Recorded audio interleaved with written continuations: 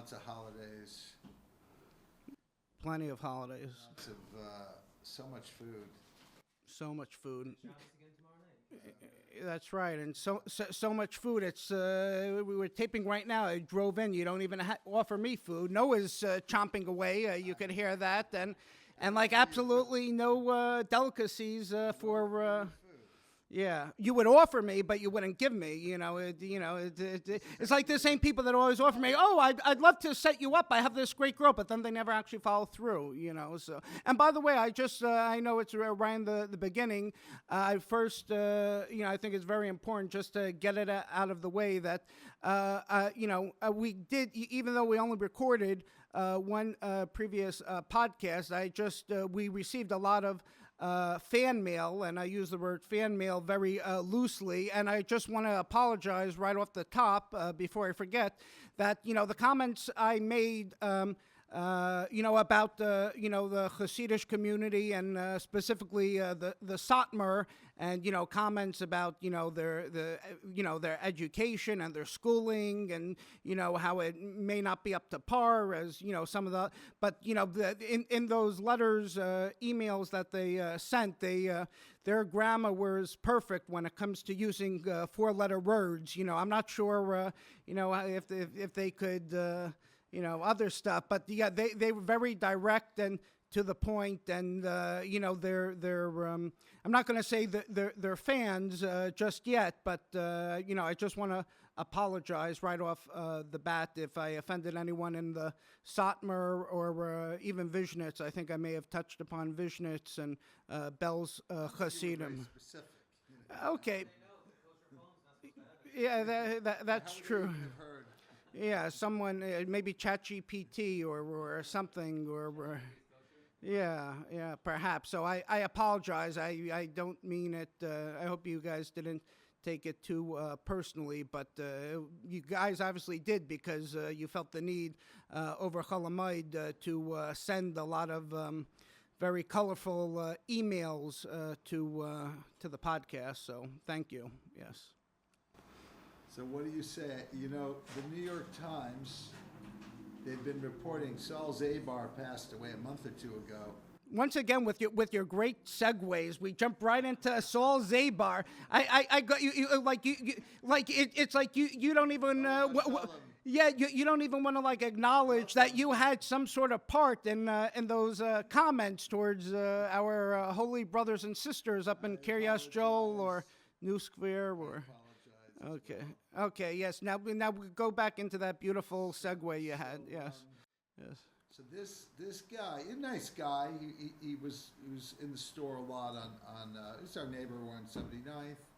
Zabar's is, I guess, 81st and Broadway, and it's huge. I mean, for a Manhattan store, it's pretty. Not Walmart size.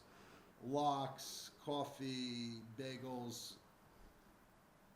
Pots and pans on the second floor, but all foods that you're not serving here to your fellow co-host who drove in at dinner time or yes. But the New York Times gives him 2 full-length pages as if he's like the Prince of England or something.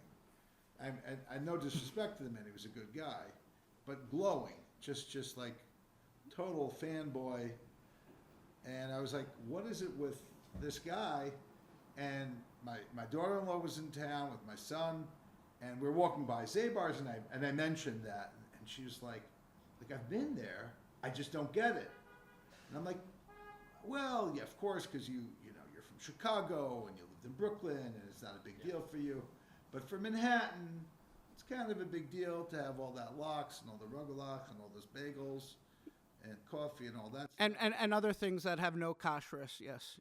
It's not kosher. Yes. But a lot of it's kosher anyway. But yet you talk very passionately about it, and you're judging your daughter-in-law for not knowing about treif. Okay. It's got a lot of things that are not kosher certified, but it's not like particularly treif. Basar v'chalab. Yeah. Okay. Cinderella, you can't even walk by that place without like a ham hitting you. Yeah. I went to Trader Joe's today. And the woman said, "Are you buying this for a restaurant?" I said, "No, a synagogue." And then she pointed out that the bags I was buying said Virginia ham. Oh, and I said, "No, it's not on what's on the outside. It's one on the inside." So Ah. So she was like, so Judaism cares about more like internally. I'm like, no. They care about the food you eat, Yeah. Yeah. Yeah. not the bag you wear, or how your heart is, but your food is important. I guarantee you, Of course we care about if you would have told them you were the rabbi of Bnei Yesharim or Rodev Shalom, I guarantee you she wouldn't be stopping to give you a whole drusha on, on the ham. They would just and Virginia ham. What is Virginia ham anyway? I Im- don't even, as an illiterate in ham, as opposed to Boston ham. Well. The better question is you're complaining or commenting how the New York Times gave so much attention to Saul Zabar and Zabar's, but yet you're giving quite enough attention because obviously there's nothing else going on in the world right now that you could think of. Like let's not talk about all those hostages that just got released or. They're free, they're good. Yeah, so let's focus on important things that matter, like bagels and lox, and Saul Zabar and his, self-hating Jew wife of his, and I'm trying to say something. where are you showing me? They're not sponsors. If they're sponsors, I'll issue an apology at the next episode. Go Okay. to any place in Brooklyn, any kosher hole-in-the-wall bagel store, the bagels are, the experience will be just as good as going to Zabar's. Maybe even better, probably better. But the point I said is, well, finally they can publish a positive story. That he's dead? That the self-hating Jew and his wife and his wife who's the daughter of a communist and socialist, and she bragged about when she was involved with the JCC here on the Upper West Side and how they were all for giving voice to.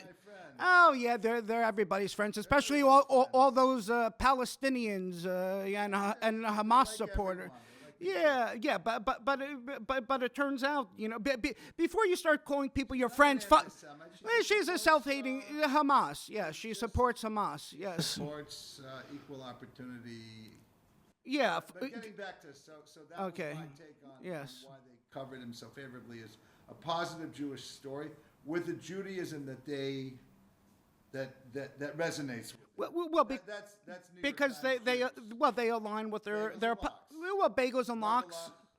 And I guarantee you, if Saul Zabar had pictures of all the hostages plastered on the front windows, like some other establishments. I didn't know this was so controversial. Yeah, Saul Zabar is a nice guy. Let me tell you. he may be, but he could have done better when it came to finding his zivug. It's She's a nice lady. yeah, nice lady when she's not cursing Israel and Bibi Netanyahu. Yeah, she's Saul great. Zabar, I'm in the store, Yeah. and he's there quite a bit. He didn't dress particularly well or anything like that. He looked like he worked there as a regular guy. Yeah. So I probably didn't even know it was him. Maybe I did. And I was like, do you have the chicken soup greens, like the package that has a carrot, a parsnip, a turnip? It's brilliant because you put all these things in a package. Yeah. And you can sell it for 5 or 10, 15, whatever you want for it. I don't think Zabar's has anything for under $15 there. Maybe like a packet of sugar or something. Or It's prohibitively expensive. That's true. yeah, Anyway, so the guy and it's not even kosher. Yeah. spent a half hour looking, and then he started saying, well, we have the celery, we have a leek, so I really should have it. I thought we might have had it. We don't have it, but we should have it. Anyway, he never ended up carrying it, I don't think, at least. I unfortunately, I'm unlike you. I don't look at their politics. If it was a good store, I'd go there regularly. Sure. Yeah. Sure. Oh, It is a good store. I bet your It's entire an expensive store, so I can't afford it. I bet your entire freezer is probably filled with Ben and Jerry's ice cream, right? Is that? I don't care about their politics coming from the rabbi who probably also has a BMW in his driveway and. Story, true. Ben Cohen's story. This is true. Who's Ben Cohen? Ben Jerry's. Oh, okay. Yeah. Ben And Jerry's.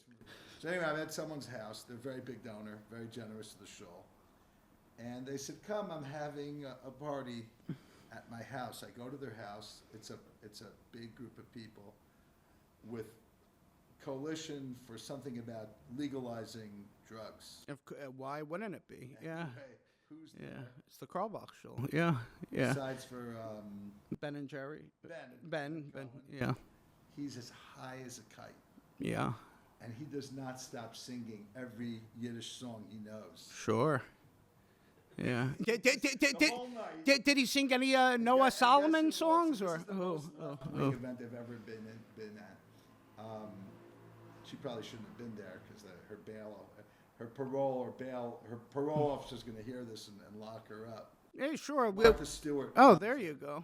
Yeah, another winner. Comes in right after her. Bernie Madoff. Who? Soros' Oh, son. oh, Al. Oh, another Soros' one. son. Yeah, another winner. And then who's there? There's a guy son of a rabbi, talking about legalizing drugs and everything like that. And I'm like, I'm in a room with a bunch of drug dealers trying to go legal. Yeah. Ben singing Yiddish songs. George Soros' son. It was actually a pretty fun night. Yeah, I'll tell you one thing. Doing a podcast with me, I guarantee you're not going to be getting invited back to too many of these socialist gatherings that you go to. Thank God they don't have red channels. Where they blacklist people anymore. It's. Yeah, and it's funny. All these wealthy billionaires, and you can't get one of them to be a sponsor. So that's yeah. Yeah. I'm shocked you didn't say Huma Abedin didn't show up with him. Did she show? Did she show up with? And why wouldn't you? Yes. Exactly. Yeah. Rabbi Citron and not have a Huma Abedin story? Well, I can't wait till we get to the Hillary Rodham Clinton and the Anthony Weiner stories, and it's. Clinton stories, yeah. Oh, please share. So Huma. Yeah. If you are like want to know what's going on in Washington, all you need to do is take that train back from D.C., the Amtrak or the Sella is the better one, Sella. Which is also Amtrak, to New York City. So I'm on the seat here, and the next seat over is Huma. Okay. And she's working. If I was a spy, I'd like that's when when she was with Hillary. Of course. When they were a couple, you mean? Yeah. The next thing you know, she's asleep on the thing, like just fast. Yeah. But that was my Huma story. That was a great story. Wow, it sounds like you got. That's very relevant, and I forgot what it was because it was. That sounds like the story I have with George Clooney when I flew JetBlue. And a few weeks later, there's a picture of him. He flew JetBlue also, and there. Yeah, that Huma Abedin. If you ever write a book, that's you wanna. I wanted to take a picture of her. Yeah. She was. There was some sensitive information I heard. She was probably forgot what it was. Yeah, she was probably tired from deleting thumbnails and incriminating evidence from hers and her husband's laptops all day. When swinging the sledgehammer at Hillary's server over there up in Chappaqua. So it's that's why she takes the train. But she'll never have to take a train again. She's with Alex Soros now. That's right. See? That's one wedding you didn't get to officiate. Met Alex Soros and Huma in the same circle. Wow, that's that are on West 79th Street. Is there any way we could? Is there any way we could edit this out of the podcast? And because because we want to try. I'm going to have to open up a separate email account just to get for all the hate mail we're going to get now. This is. I thought I had my work cut out for me with the things I said, but no, like my stuff. We're going to be making lots of apologies next week. Yeah, that is. But that was a beautiful stories. All of them. So thank you for sharing those. But.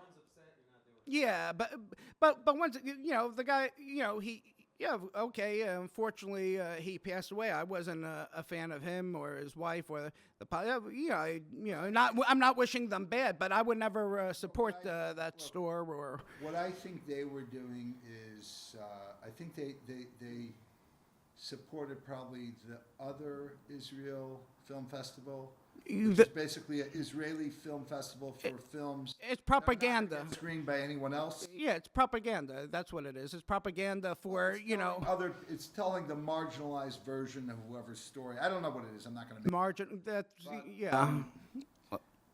But the bottom line is that for a lot of Jews, that's their headquarters of Judaism.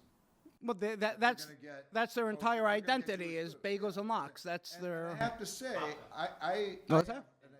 and babka. I have Yeah. an identity that's obviously more than just that, but that is part of No. who I am. Yeah. What? You're a bagel and. I mean, it's part of what the food I like. Yeah, that's right. And all the times I've came here, I've never even been offered food, but yet that you're a bagel. You're. I didn't say I'm into sharing bagels. Yeah, that's. I'm into eating I guess bagels. that's the at the. Whitefish, Yeah. sable. Yeah, well, that's you're talking about all the things we don't have here. Why don't we talk about money and an audience?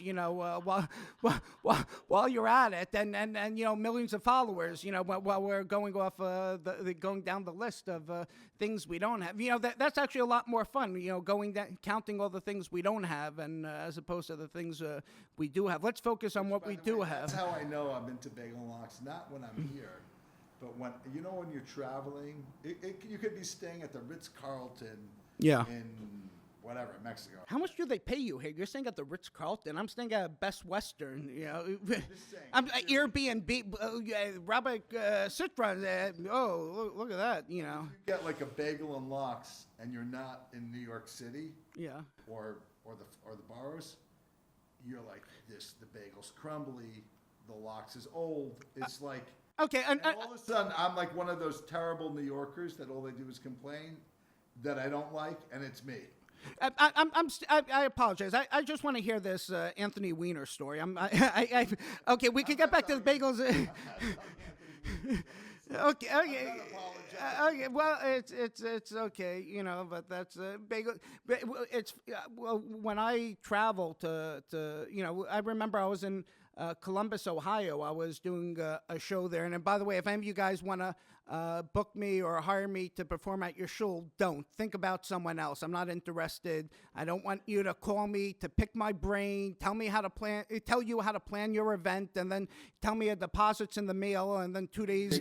They could Yeah, I'll tell them the type I have a of lot. bagel I have a friend, Avi Lieberman, very fun. Eli Leibowitz. Call one of them. Don't call me. You just leave me alone. But when I would go to these places, it is like very exciting to be in outside of New York City, and because here we get spoiled. We have dozens of kosher restaurants within a small radius, but there and I'll basically blow my entire pay just to want to support because it's not local kosher. yeah, because it's like they're really taking a risk, and they feel it's important, and it's so I remember when I was in Columbus, Ohio, there was a great, I forget the name of the place. I'm happy to promote them, but beautiful, Israeli falafel. It was excellent, but it's those people I give credit to, but commenting with Zabars, and there was Barney Greengrass, which is excellent. I loved back in the day when I wasn't keeping everything. Barney Greengrass would be the place I would go. Oh, excellent. And there used to be a place down on the Lower East Side called, it's still around, B&D Dairy. That's that place? No, yeah, excellent. Pierogim, and I'm not sure if it's still open, but there was a caterer for the Jewish Museum downtown. Daughters. Not Russ and Daughters. Russ and Daughters was very good also, but the Holocaust Museum down I think Battery Park. There was a restaurant there with excellent food also. I'm not sure if it's Those are the people, I'd support. But when I found out about Zabar and his wife and I'm like, I'm done. Jews are except maybe Rabbi Sitron. He doesn't care about the politics. I'm very, I won't eat there. I won't support. There's basically only like 3 stores I could shop in basically now because of people's politics. So it's basically Costco, Petco, and there's a small little candy store where I buy my scratch-offs at. Music, you can't listen to anything anymore. Oh, it's horrible. There's the only people I can listen to is Noah Solomon. That's it. Not even Whiskey Lansbound, just Noah Solomon. Just Noah Solomon and Lansbaum ever do to you? and Uncle Maishi. That's Which Uncle Maishi? the first one. There's only one. There's only one. There's only one Uncle Maishi. Do you know any Uncle Maishi songs? No, you brought your guitar, so I hope you could. Do an Uncle Maishi song? The pizza song. The pizza song. Don't walk in front of me. No, they had one. It's like funny. You only know like Uncle Maishi, the deep dive stuff. Like the B-sides. Yeah. He had a song. Could you believe this? I for the first days of Sukkot, I was in Atlantic Beach and Atlantic Beach Jewish Center. You ever hear of it? Yeah, I've been there. Yeah, well, interesting place. It's I've never been to a shul that talks so much, and my day, like I was waiting for davening to start. They're like davening's almost over, and it was, but it turns out that I was talking to someone there, and I was asking him, do you ever hear of? And this guy was, I'm a big music, but he was telling me that he never heard of Rabbi Sons. You believe that? How do you? Yeah, exactly. They were like the first. Weren't they the first ones to ever come out with like a real studio album? They were first to incorporate like folk. Yeah. Oh, excellent. Yeah. Yeah. And then diaspora came in. Yeah. Put electric guitar into it. Rabbi Shore is my neighbor. Was your father in diaspora? Yeah, he was in He diaspora. founded Yeah. it. That was one of the founders. Original founder. Yeah, he my neighbor. I grew up with. What was Ruby Harris in there also? At some point. He came Yeah. later, but yeah. So your dad was one of the founders? Wow. And him and Avram Rosenblum were like. Avram original Rosenblum, I founders. remember that. Yeah. What, were you a big diaspora yeshiva band I fan? enjoyed their music. I wouldn't. Yeah. Another good, real rock and roll. Was it rock and roll? They were like country rock, Country rock, country rock and roll, yeah. It was interesting. I was driving my friend home after the holiday, and we were listening. We were feeling very sentimental and listening to old school DeVakis. Oh, Remember old school DeVakis? It was like that. We wanted that chill. Well, basically not that chill. I just didn't want to have to talk to him. So. Rottenberg, Yeah, it was like an hour drive back to the city. So Was part of that? Was Ellie part of? Sonnenblick, Schwabel, and Ellie's dad, yeah. Yeah. Like, yeah. Was it not Ellie Schwabel, Ellie Kranzler. He Oh, was. Kranzler? I don't know. Kranzler did another thing very Yeah. similar to Dveikos. Instead of having to talk to my friend, I said, you have to listen to this song. You need to listen. Don't you love that when people, they try and push their music on you? It's, you have to listen. You must listen to it. You can't. And then they make you drop everything you're listening to, and then you have to put on yeah. Oh, that's. What you're doing. Yeah, and then you're Have looking this at the. song, It's going to change your life. They don't realize it changed their life because they just went through a breakup, or they just found a new girlfriend, or they just had a child, and like that song means something for them, and you're like, If I had a song for every time I broke up, but like my Spotify, like I went. What happened? You were last episode. Yeah. Noah did a song for a woman you were seeing. Yeah. Did it work? Well, I'm sitting here with you right now. I'm not down in Florida with her, so I think you have some idea of how to tell you more. You go from talking about Saul Zabar's death. You go talking about all these wonderful stories about Huma and Anthony Weiner, and now you want to drag me into this. How did it? It didn't end too pretty. I don't want to completely blame it on that tribute song or songs that Noah. React to Noah. No, I think she felt like Noah wasn't giving it 100%, and that probably led her to believe I'm not giving it 100%. And no, she actually loved your song, but she didn't love me. And actually, what happened? This was a first, and I'm telling you, she she you can't even make, and I'm not even sure if this is 100% true. She said her mother, make sure you're getting the rabbi's face. Her mother didn't particularly care for me. And when I say particularly, the mother hated my guts. And the mother didn't. The mother doesn't even speak English, and yeah, like it's like, what did I say? No, the mother. It turns out she went on my Instagram. If you want to follow me, that's Mike Vine Comedy. I already took those pictures down, so you won't be offended. But she found pictures of me with some of. I had inflatable friends back in the day. I did a calendar shoot with some inflatable friends. And I don't know if like she thought that, yeah, and it was done very tastefully. It was a calendar I did for PR, marketing, like a calendar for a television. I don't even know if you're making this up. First of all, why? But second, how could anybody make up a story about having I had like 4 inflatable friends, and there was one in particular, a blonde. And, the mother was not thrilled. And I guess from that snowballed into finding other things that, imperfections about me. And I think the kicker is that when the daughter found out I bought her a diamond necklace for Yonta, which I think is very nice, a 3 carat diamond necklace for, you guys hear me, it probably took me a long time to save up for that. And, the mother was not going to let her daughter wear anything of mine. And, I got my walking papers. And, but I did. But have you ever heard that as a reason? No. Because I had. I never know anyone like you. Have you ever met someone? Well, have you ever met anyone that had inflatable friends? Not that they admitted. Yeah. So that was, and you can't even make that up. And I think the girl liked me. I liked her. And maybe if Noah has a song that could sort of heal. Fix it somehow. Yeah, I don't know how you come. What do you think Noah could do to fix this? I don't know, but what could he possibly do? but you know what? Music moves people. It puts them in like a trance. It could like hypnotize them. It brings like the. Why so dangerous? Yeah, like when they came out with the We Are the World album, back in the 80s, that solved all world hunger. No one was starving. AIDS was gone. We cured all sorts of diseases and.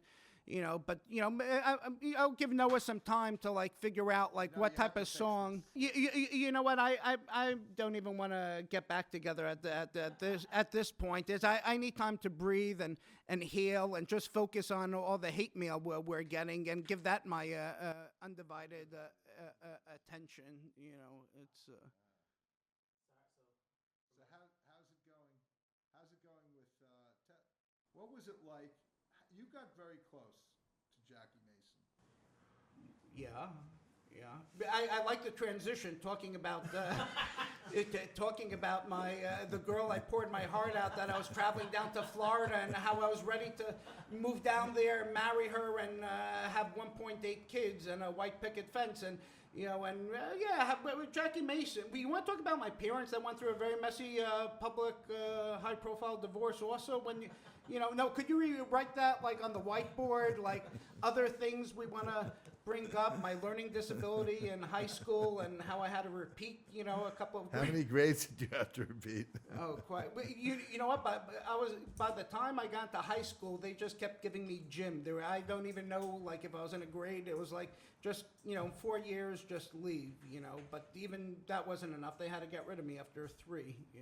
So. Oh, so you graduated early. I did not graduate. They made that very clear that I was not graduating. And, they just told you. Did you graduate?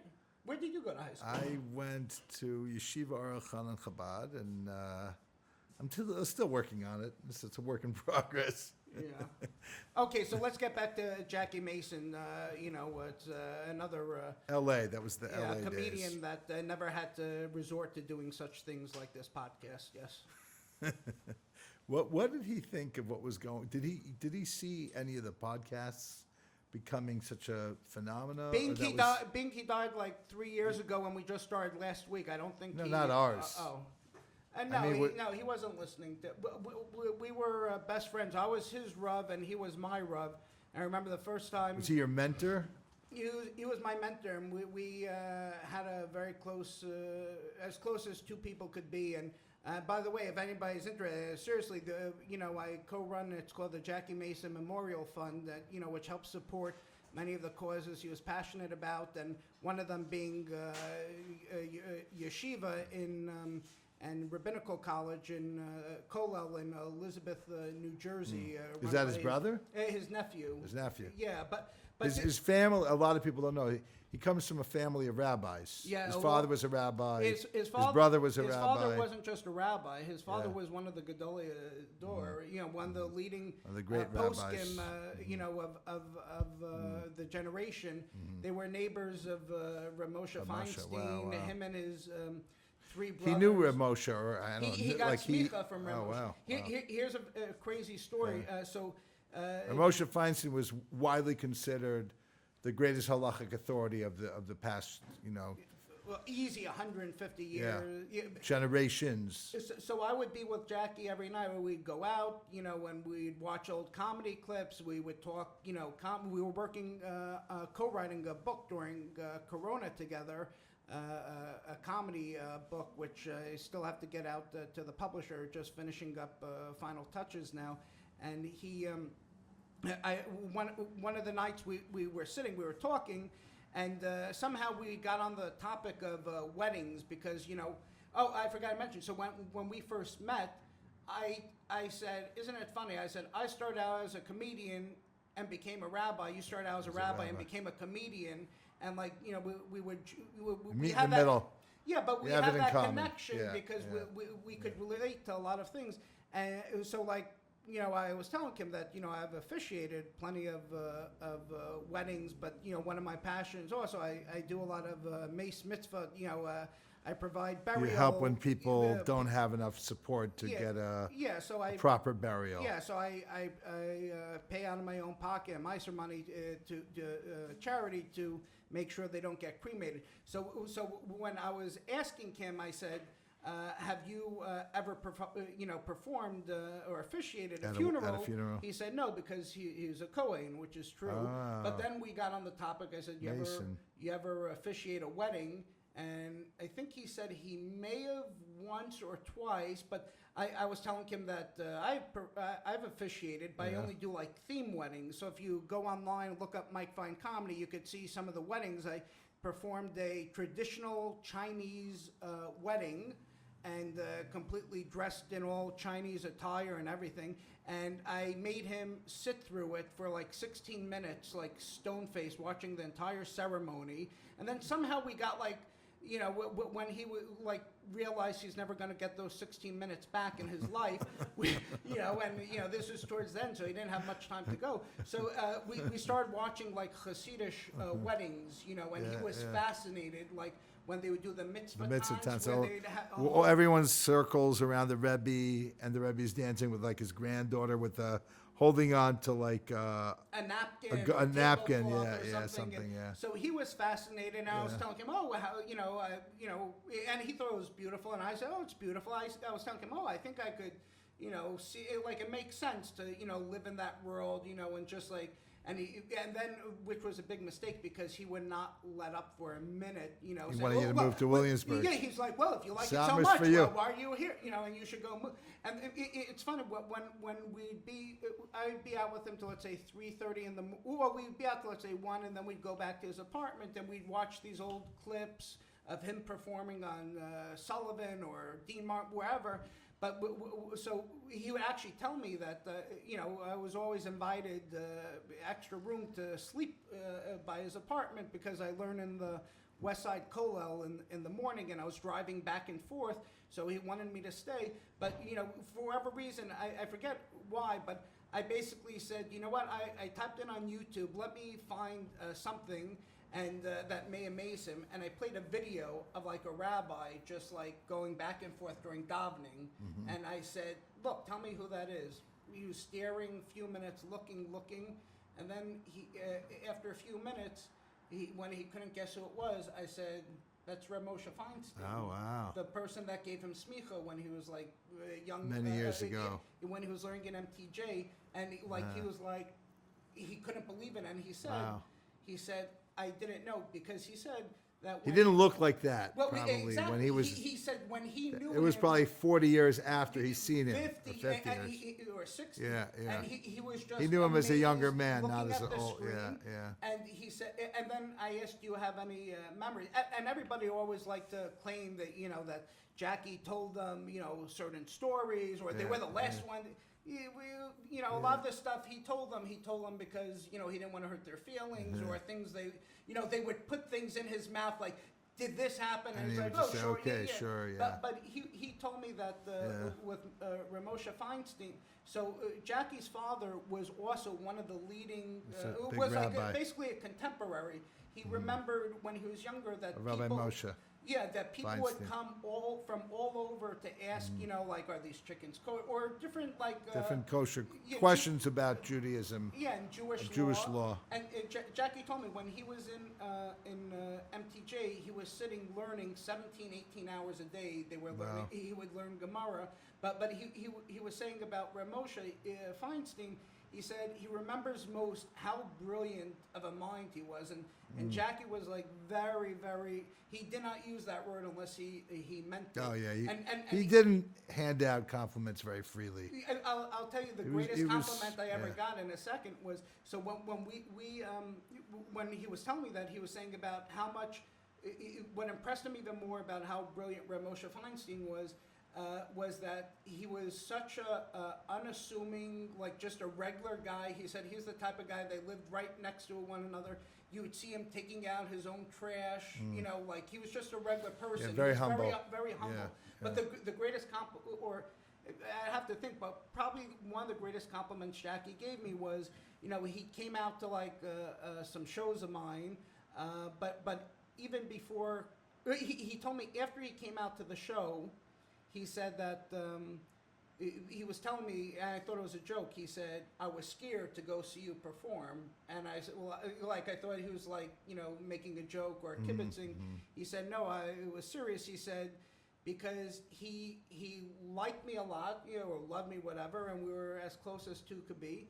And he said he was scared that if he didn't find me funny or didn't laugh on stage, he wouldn't be able to be friends with me or treat me, hold me to the same esteem. So like, but he was 100% serious. So, and as yeah, a I could see result, that. like he felt comfortable enough that, when we were co-writing this book together, and like he trusted me enough, like he would That's a come high up with level. a premise and I would And finish you'd it, finish it off. and vice versa. So is the book coming out?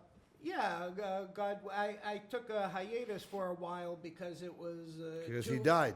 No, well, not he only that, but it was passed too, away. it was too raw to.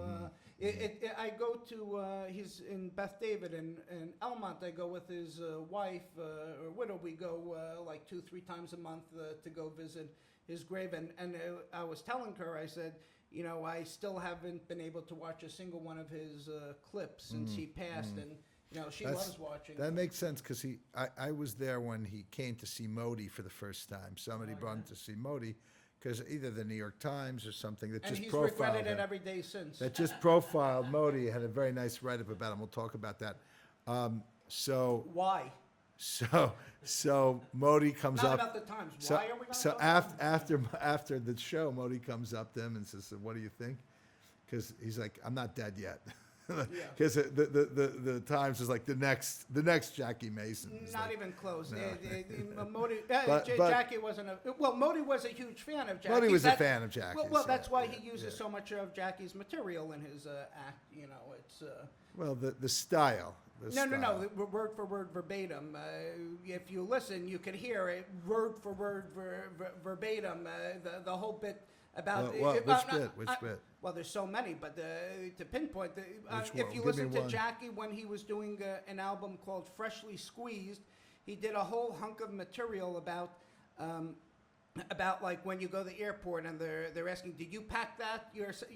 So You packed that yourself? yeah, so he did. Oh, like, someone else packed yeah, it. yeah, so he did a whole hunk Oh. of material on that. I didn't even know that. I think Oh, I heard he- Modi's bit. I Modi, never heard it's not Jack. Modi's bit, it's Jackie's bit. Yeah, but I And never then- heard And then Jackie's. it's funny because, Modi and I had like a podcast that lasted about 2 seconds, many years ago. And, we were friends. He's used a bunch of my material over the years. And he actually told me once, I remember we were by the Comedy Cellar. By the way, in the Jewish world, borrowing somebody else's material, It's it's just steal. flattery. Yeah. It's a sign of Right. flattery. Yeah, It's a sign of flattery. It's like Noah, you played Shlomo Kalbach, you admire him, I have so many crazy. I'll tell you in a second. So Modi actually came over to me in the Comedy Cellar, and he says, that joke you did about? I think it was like trading cards, where they used to give cards out on the plane. It was so many years ago, and Modi's like telling me, he's like, I'm using that, and I'm like, okay. So then it occurred to me, I'm like, well, Modi just loves taking airplane bits from people, or airport, like that. That's his Any comedian who travels has airplane bits. I can't tell you how many. Question is there any ground in the comedic world where it's like, we're going to repeat this? So I'll tell you like this. When I first joined the Friars Club many years ago, the Friars Club, it was a social club in Midtown, which was all legendary performers and comedians, everyone from Frank Sinatra to Milton Jerry Lewis, you name it, they were all members. So I was one of the young members there, and I was a staff writer for all the Friars roast. And when I started, where they'd be roasting everyone from Quentin Tarantino, the biggest names on the planet, I was writing jokes for them for several years. And what ended up happening was when I started becoming Orthodox again, and I was limited in terms of like you can't perform, on the Sabbath or travel. So I, thank God I carved out a nice living, writing for other performers. And so,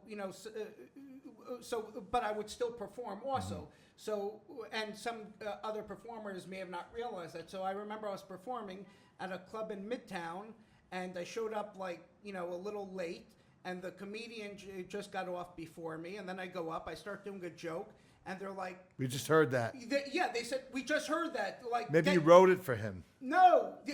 And so I started screaming because I didn't know who was on before me. Who was I just figured... You're not saying, don't say.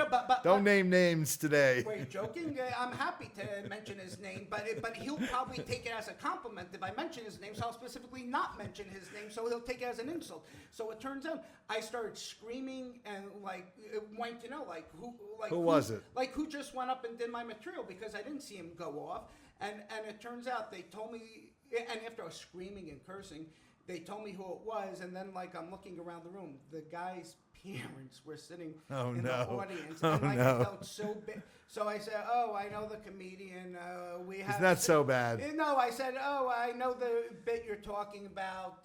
I'm sure, whatever." But and I can't tell you how many comedians who because when you start out. Or like when I was already performing and touring, I would take newer comedians, just like when I started out, they would take me on the road. Is it flattery or enraging when you see somebody just knock off your joke or even put their name? And I'm not a comedian, but I have some jokes that have gotten stolen already, with other people's names written on it, and it's such a what chutzpah? I mean, it's flattery. Thank you. So I'll tell you like this: when people will ask, what's your favorite joke you do? It's no. Do people ask you what's your favorite song of yours? They do. And what do it's you a tell very them? annoying question. I say it depends on the mood. Yeah. Or it's Ask me tomorrow. It'll be different. So it's like my kids. I can't It's- pick. That's the exact same thing. But then again, people do have favorite kids. So it Depends on the day. But to me, I got hired to do a show. It was a 40th birthday party for the guy's wife, and he said he hired me, and he said, "Could you do such and such joke?" And I said, "Okay." I had no idea what the joke was because a lot of times it's like one Forget it. and done. Yeah. And I'm like, oh, could you, like, which was the joke? You liked it that much? And so he tells me, and I'm like, yeah, do you remember, like, how I set it up? And, like I He gave you the punchline, but no setup. I have it still written down in my Facebook. I think I did a screenshot, word for word. I'm like, thank you. I went to Yeah. but That's nice when you get. It's like if you're a composer and you shomer Shabbat, you keep Shabbat and you can't record it, and Friday night you come up with a song. You'd love someone to tell you on Sunday, you know what the song was. Yeah. So it's interesting. Like even when I wasn't observant, I'd perform on Shabbat, but I would not write down You wouldn't a write joke. the material. I wouldn't. And even to this very day, I was just telling a friend this because the entire first days of Sukkot, my mind, whenever we'd go out to meal, I was just racking, trying to figure out a joke. I read like, over Rosh Hashanah or Yom Kippur. I'm trying to remember it. And I told him, I said, if I don't remember it, to me, it's like miser. It's charity. It's charity. And I'm being serious.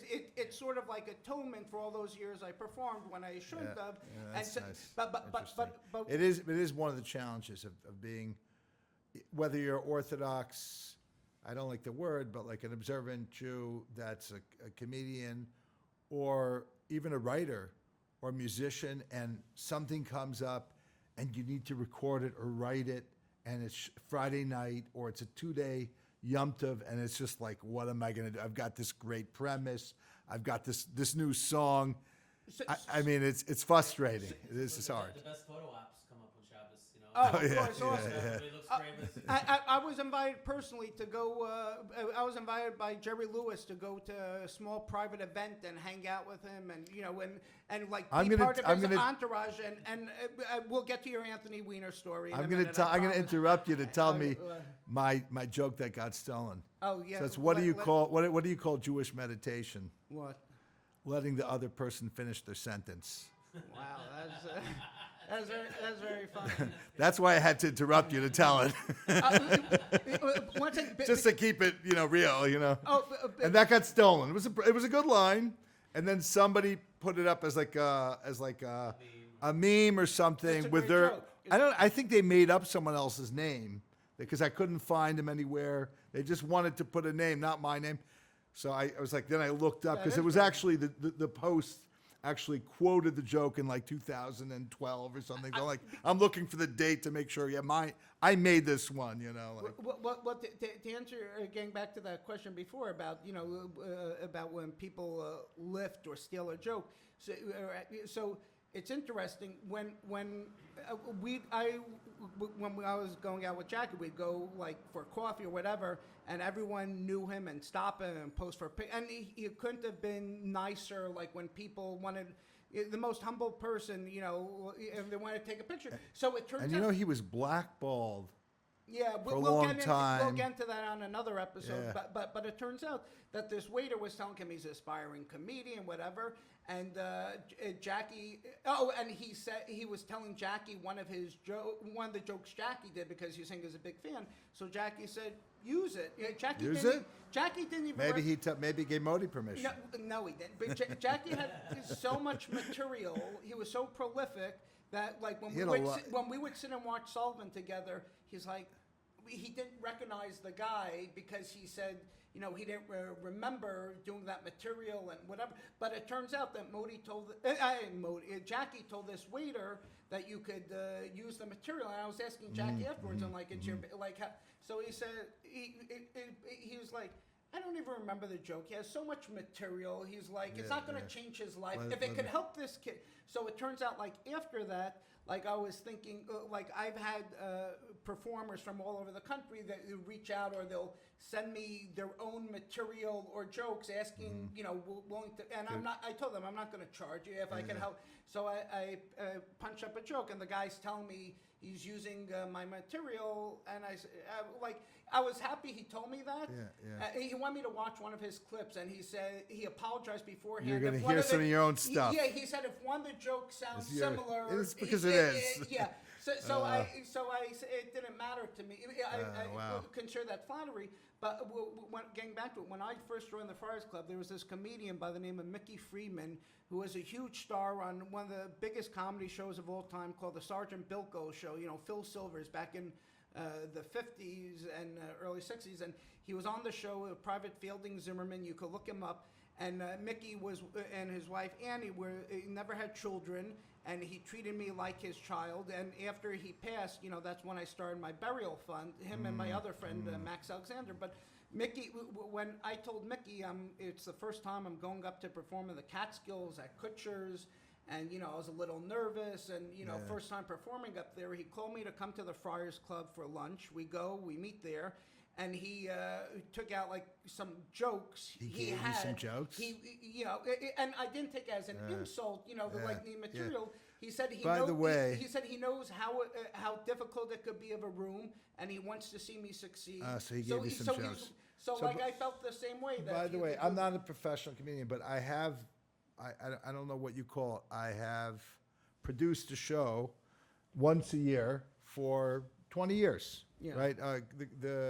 The Christmas show, Orthodox and Rabbi. if you think this podcast gets hate mail, you should see the Shul's I call bulletin it board after that. the Hanukkah show. Sometimes a week late. It's December 24th. It's a Jewish night for people looking for something to do because they're not celebrating Christmas. So we've been doing. And if they can't get to Modi's show at the Beacon Theater to hear mine and Jackie's material, they could come here. So I've been doing this show for 20 years. For a fraction of the price. And to be honest with you, the first 10, I don't know if it was the first 10 years, but 7 or 8 years for sure. Yeah. I didn't even think of creating my own material. I didn't steal. It wouldn't have even crossed your mind. It didn't cross my mind. I was like, I'm going to, it's kind of like when you're 25 years old, you're not thinking, I have to create an original thought why would to that give even enter your mind? I'll read the Rebbe's teachings. I'll read Rabbi Soloveitchik's teaching. Yeah, and I'll give it over. Thing. Why am I going to do my own why stuff? do I have could just to do Simon and Garfunkel's? And the reason is like, hey, Moses, we believe, we don't call it the Old Testament. We keep repeating it. The other people say, no, we want something new. New Testament. We're like, no, we're going to go with it. We're going to go with the original. We're not updating it. So I kind of felt like Jewish humor. Just keep repeating. Get the Jewish joke books from the 50s, 60s, 70s, and repeat the jokes. And I didn't. I wasn't pretending it was mine. And then one day I was like, you know what? I should try to write my own, and then I started writing my own. And then you realized what a big mistake that was. Waste of time. Yeah. Because I wasn't once a year. What's the point? That's not just you talking. That's thanks. Yeah. But what's the point? And then, if I would do 2 shows in the same year, oh God help us. And some people would come back for the second show, they'd be like, they didn't know Rabbi, you told that joke the last show.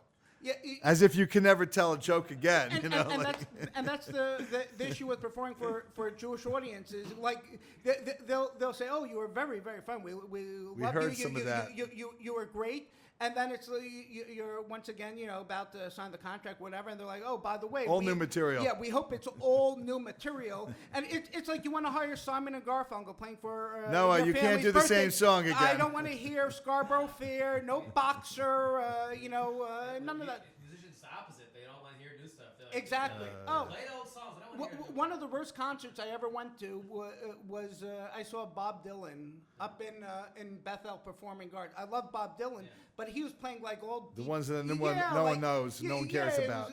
Like we want to hear Tambourine Man, like a Rolling Stone. You're lucky if No, what are you playing tonight? You want to pull out your guitar and do something Jewish or? Yeah, listen, there's no. Maybe you can get his girlfriend back. No, she wants no part of me. From what I understand, she's already engaged to someone else. Hey, alai, anai, anai, anai, alai, anai, anai, anai, ai, lai, lai, lai, ai, did alai, anai, anai, anai, did alai, anai, anai, anai, ai, lai, lai, lai, oh.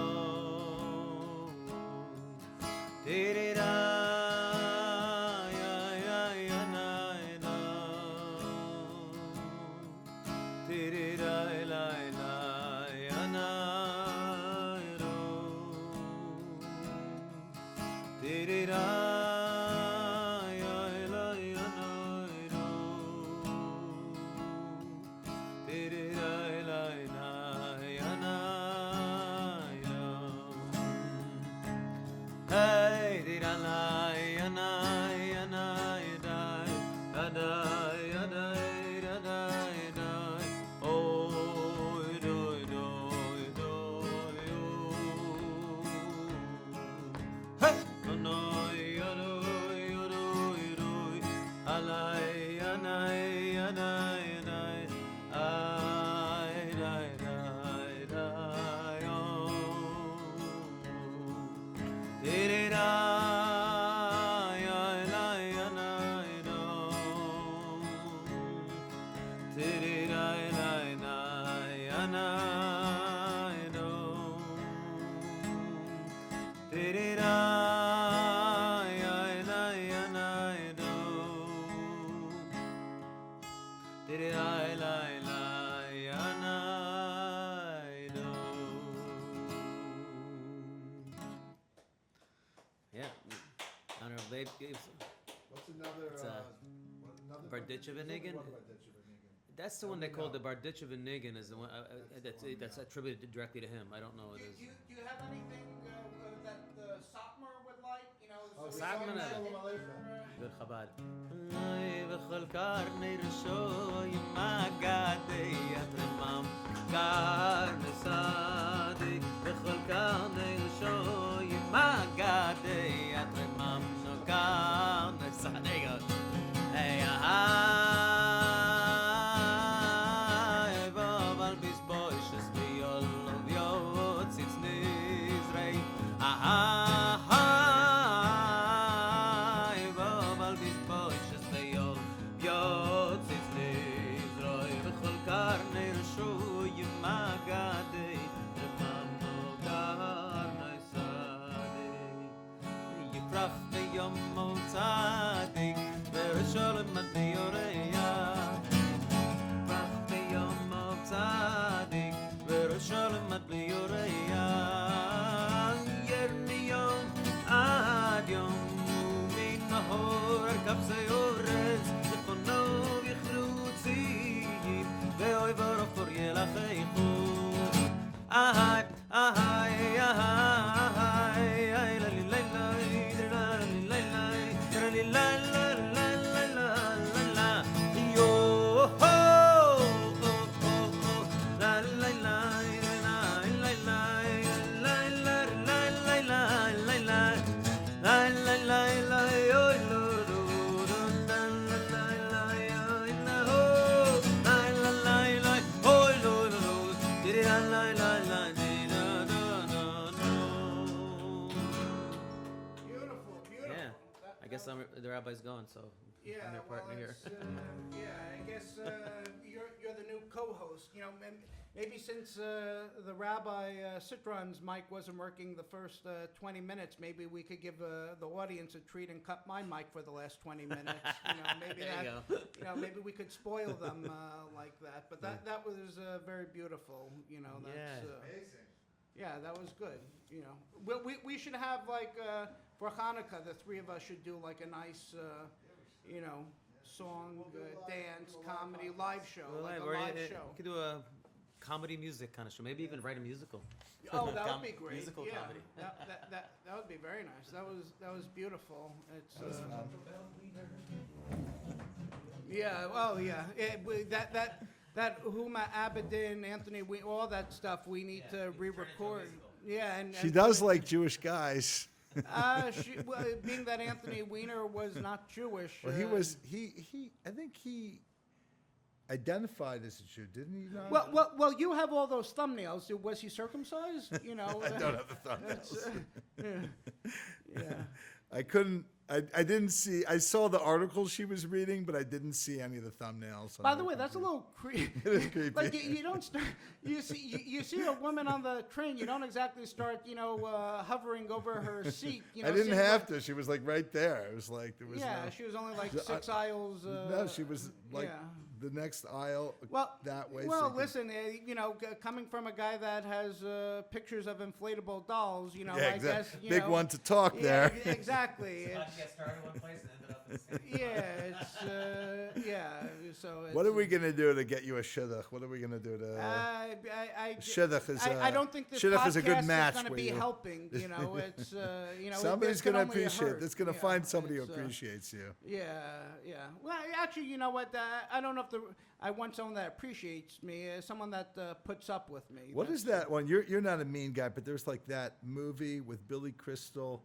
where Mr. he's- Saturday Night? Yeah, and he's such a like, good movie. it's It's a a great good movie, movie. but Could he. have been nicer. You want to know something? I know people that were But in there's that gotta movie, be a lot and of I know people like that, was. right? I know people that where it was an amalgam of different performers that it was based upon. But, Yeah, but I there was know- some truth in that, even if it wasn't true. Yeah. Yeah, It was a collection of different comedians they put together, and it was recorded at the Friars Club. I actually know people that were in the movie and on set, and I have like behind the scene pictures of that. Because I said being married to a comic is like the greatest thing and the worst thing at the Greatest same thing. time. I've never heard No, the th- greatest those thing- words leave a Jewish The greatest girl's mouth. thing, That's- you haven't heard it Yeah, yet because yeah. you haven't. Somebody wants constant entertainment, Well, it's like except when you're sleeping. it's like every Jewish girl. They say, we want a guy who's funny that can make them laugh, and then I'm a professional comedian. Well, not. But you that. also have to work on Wall It's like Street. saying I want a very pretty girl, but not a Victoria's Secret model. Just someone like out of base. She could be, but she shouldn't be. Yeah. So it's maybe we could try and figure that out in a future podcast. Maybe we could in one episode we could just completely solve this whole shut up I crisis. think we could do allege- something like if Noah would like use ChatGPT, like what could Mike do differently or more of? Not you. Yeah, I think that would even stump Chat GPT. It's it's the thing is being a public figure. For so many years, I can't even tell you how many articles. Like when people would set me up, it's like I'm just like, what do they find? On the internet. And it's nothing like incriminating, or so I thought. But different. On one write up, I could be wearing a black hat, officiating, involved with the charity work, and then the next one it could be I'm performing for like a Hell's Angel crowd, in the middle of Pennsylvania to raise money for like cancer, and they see me with at a biker rally with like a wife beater and dressing the part, and it's so it's I have no. I'm sure you have a lot of stuff out there. Same exact thing, because he goes people to see Yeah, bluegrass barbecue or at Yeah. a shul, like, what do you? Yeah, where are you getting? I'm trying to make a living. Exactly. Yeah, it's well. You're lucky. You don't have anything incriminating about you, do you? On the Not that I'm willing to share. okay. Well, yeah. Well, yeah. I guess maybe if the audience has some free time, God knows, they had enough free time to write us, some beautiful. Very well thought out. Some hate mail. Yeah. Maybe they could. It makes algorithm go up the way. Hate mail's better than good. Bad comments apparently are. Well, better than that's what they say about Howard Stern. That people would just listen, just to hear what he was going to say next, not necessarily because they like what he had to say. But you can find me at MikeFineComedy.com or Mike Fine Comedy on Instagram. If but please don't ask me to come to your shul. Bikers, Just Hell's Angels, invite them. I'd love to. I'm there yesterday. I used to ride for many years, so that's like why I would do it. I used to have a Harley. I went to Sturgis Bike I know Week. that about and- you. Oh yeah, so it's there's many different shades to Mike Fine, and and I don't shop at the Zabars. Never did, never will. That's so you got three useless facts about me this podcast. So Amazing. are we Okay. gonna wrap? You want to wrap it up? Yeah, Over an hour, we're good. Slightly over an hour. Yeah. Yeah. You want to use your microphone? It's on. No, now. it's, Yeah, I'm just may here as to well be take an advantage. I'm just here to be entertained by you. I don't need to say anything. Yeah, and entertain and not feed us. Yeah, that's yeah. You come to be entertained I and think not we have feed some us. frozen It's, bagalach. Yeah, next time you should bring a date here. You know, you have a music. Maybe we It's a could free double. date We'll- for we'll me, bring, but I might have to bring food then. Yeah. Okay. Okay, good. Well, thank you very much.